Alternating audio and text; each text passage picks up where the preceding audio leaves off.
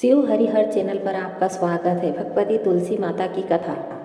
एक बार देवराज इंद्र देवगुरु बृहस्पति के साथ भगवान शिव का दर्शन करने कैलाश गए।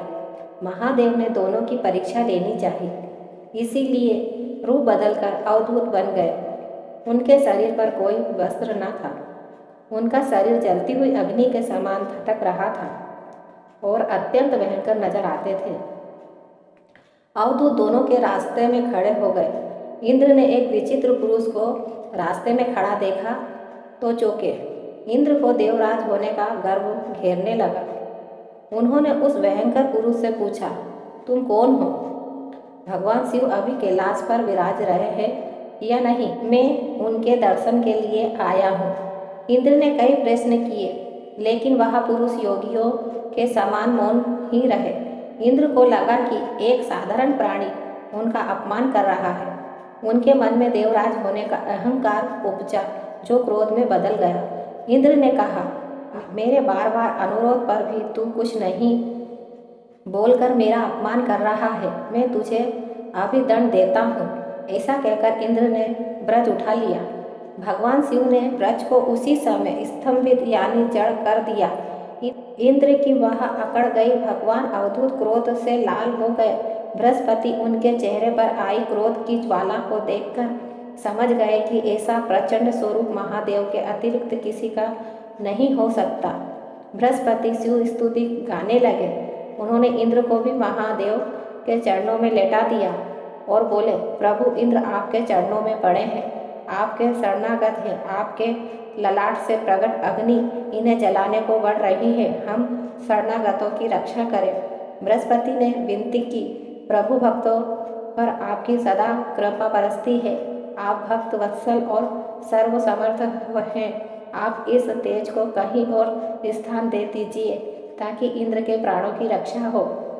भगवान रुद्र ने कहा, बृहस्पति मैं तुम पर बहुत प्रसन्न हूँ। इंद्र को जीवन दान देने के कारण तुम्हारा एक नाम जीव भी होगा। मेरे तीसरे नेत्र से प्रकट इस अग्नि का ताप देवता सहन नहीं कर सकते, इसीलिए मैं इसको बहुत दूर छोड़ूंगा। महादेव ने तेज को हाथ में धारण समुद्र में फेंक दिया। वह फेंके जाते ही भगवान शिव का वह तेज तत्काल एक बालक के रूप में परिवर्तित हो गया।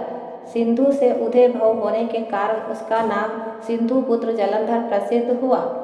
जलंधर जिसका नाम शंखचूड़ भी हुआ, शिव के तेज से उत्पन्न हुआ था। इस कारण परम शक्तियों से संपन्न था। वह देवों से भी ज्यादा शक्तिमान था। वह उस तेज से पैदा हुआ था जो इंद्र को समाप्त करने वाला था। इसीलिए असुरों ने उसे अपना राज बनाया। अवधूत रूप में यह लीला करने के बाद महादेव अंतर्ध्यान हो गए। इंद्र के गर्भ का भजन भी हुआ, भगवान के दर्शन भी हो गए। तुलसी से जुड़ी एक कथा बहुत प्रचलित है। श्रीमद् देवी भागवत पुराण में इसके अवतरण की दिव्य लीला कथा भी बनाई गई है। एक बार शिव ने अपने तेज को समुद्र में फेंक दिया था। उससे एक महातेजस्वी बालक के जन्म लिया। यह बालक आगे चलकर जलंधर के नाम से पराक्रमी दैत्य राजा, इसकी राजधानी का नाम जलंधर नगरी था। दैत्यराज कालनेमी की कन्या वृंदा का विवाह जलंधर से हुआ। जलंधर महाराक्षस था। अपनी सत्ता के मत में चूर उसने माता लक्ष्मी को पाने की कामना से युद्ध किया, परंतु समुद्र से ही उत्पन्न होने के कारण माता लक्ष्मी ने उसे अपने भाई के रूप में स्वीकार किया। वहां से पराजित होकर वह देवी पार्वती को पाने की लालसा से कैलाश पर्वत पर गया।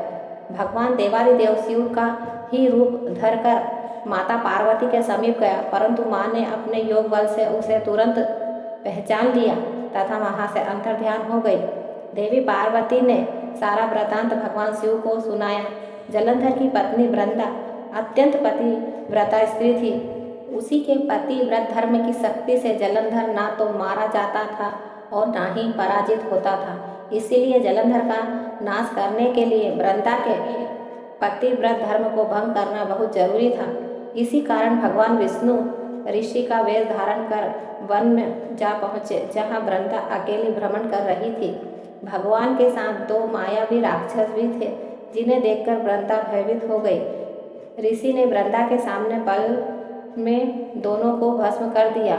उनकी शक्ति देखकर वृंदा ने कैलाश पर्वत पर महादेव के साथ युद्ध कर रहे अपने पति जलंधर के बारे में पूछा। ऋषि ने अपने माया जाल से 2 वानर प्रकट किए। एक वानर के हाथ में जलंधर का सिर था तथा दूसरे हाथ में धड़।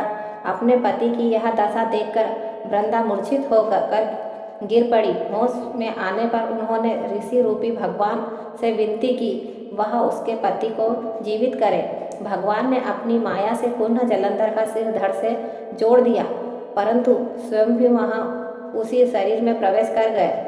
वृंदा को इस छल का जरा आभास न हुआ।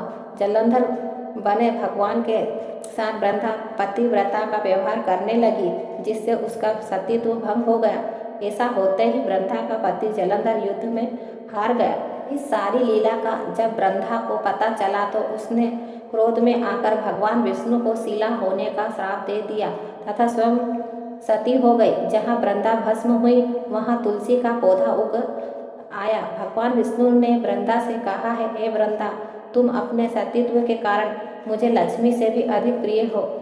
अब तुम तुलसी के रूप में सदा मेरे साथ रहोगी।